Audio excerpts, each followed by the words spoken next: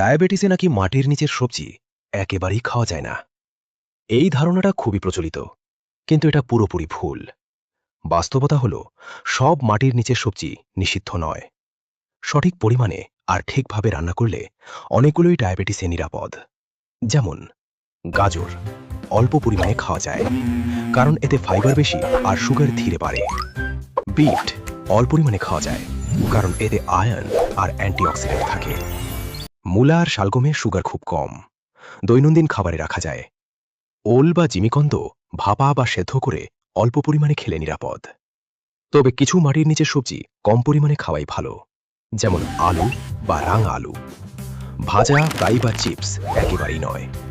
মনে রাখবেন, রান্নার পদ্ধতি খুব গুরুত্বপূর্ণ। ভাপা, সেদ্ধ বা হালকা রান্না সবচেয়ে ভালো। সঠিক পরিমাণে আর ঠিকভাবে রান্না করলে মাটির নিচের অনেক সবজি ডায়াবেটিস রোগীর জন্য নিরাপদ এবং পুষ্টিকর। ডায়াবেটিস মানে সবকিছু বন্ধ নয়, বুঝে খাওয়াটাই আসল।